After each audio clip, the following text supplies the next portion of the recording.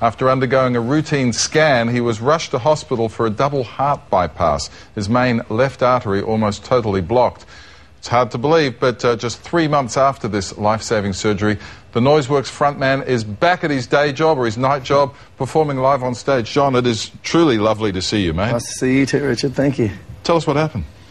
As you just said, I went for a routine doctor checkup, and I had a couple of stents inserted Christmas Eve last year. They'd found an anomaly after a CAT scan end of last year. But I'd never had a full checkup before in my life, you know, so I was 47 years old, and my doctor had basically forced me to go and get everything checked, and they found an anomaly, because I have, obviously, family history.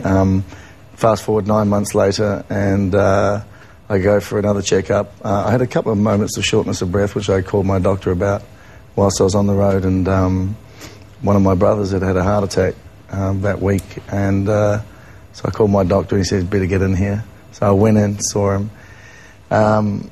He didn't put me through the stress test, the physical on the treadmill, all that stuff. He said, we'll go straight to CAT scan, which was on a Monday. I saw him on a Thursday. As I was leaving his office, they called the CAT scan office. They said, we have an opening tomorrow on the Friday if you'd like to come.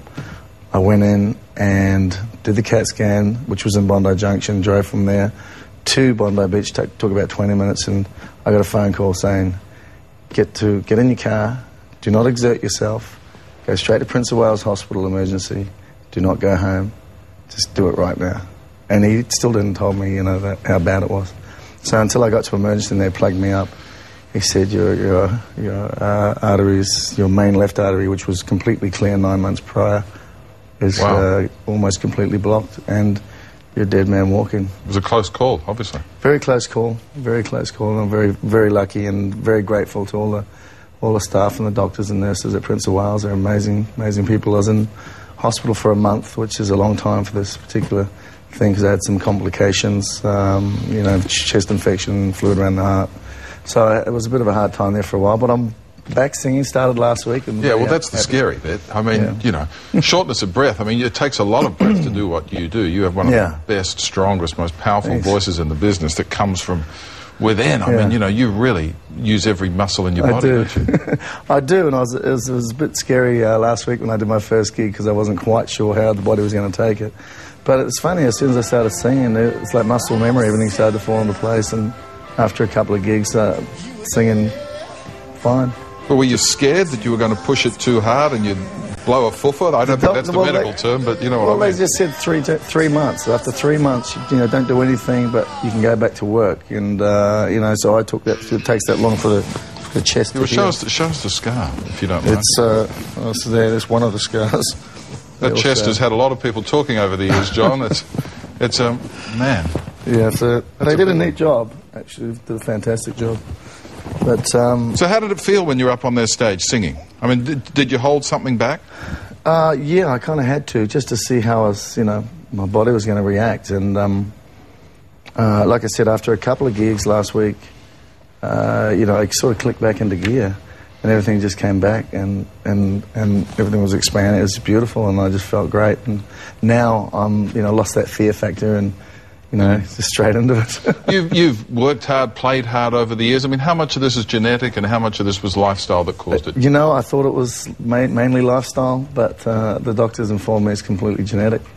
And also, you know, a friend sort of made a great analogy to me. He said, look, you know, most men in particular, you know, take better care of their cars than they do their own personal health. And I was certainly one of those people where, you know, I thought I was healthy. I'd go to the gym. I'm always running around. I have to be healthy. You look healthy. I mean, you look a picture of health. You look obscenely healthy. Well, yeah. How's this changed your perspective on life? Given you a new outlook? Oh, definitely. You know, I mean, I had 5 days sitting in intensive care, having to think about, you know, before the operation, and think about what was about to transpire. And you know, I mean, I'm having kids and stuff. You just want, the main thing I wanted to see was to see my kids having kids. I wanted to meet my grandchildren. You know, my dad died when I was 15 years old from the same thing. You know, it runs in my family, and you know, now it's just really a case of staying on top of it. And I just urge everybody out there, you know, with anything going on in their family genetically, they need to get checked up. It's a priority with the technology today. It's not hard. you know, just ask your GP and go and do it. You'll be smelling those roses a little more from now on. Yeah, well, I hope to be around for a little longer, and, you know, when I'm ready to go, hopefully it's with a mic in my hand, I'm on the sill and I fall off. See you later. Well, mate, it's lovely to have you in here. Thanks for telling us your Pleasure. story, and it's a you. great message to everybody watching. Yeah, and I've also, actually, just to finish off, also taken on the ambassadorship for a thing called Hug for Hearts, which is a great initiative sort of based around the Valentine's Day thing, where you can go to, you know, hugforhearts.com and sponsor your friend, your family member, and instead of buying chocolates or flowers, you know, you can, you know, sponsor your family member or whatever. All goes to the Heart Foundation. Good on you, John. Have a great Christmas, and thanks for coming in, mate. Thank you. All the best. Cheers.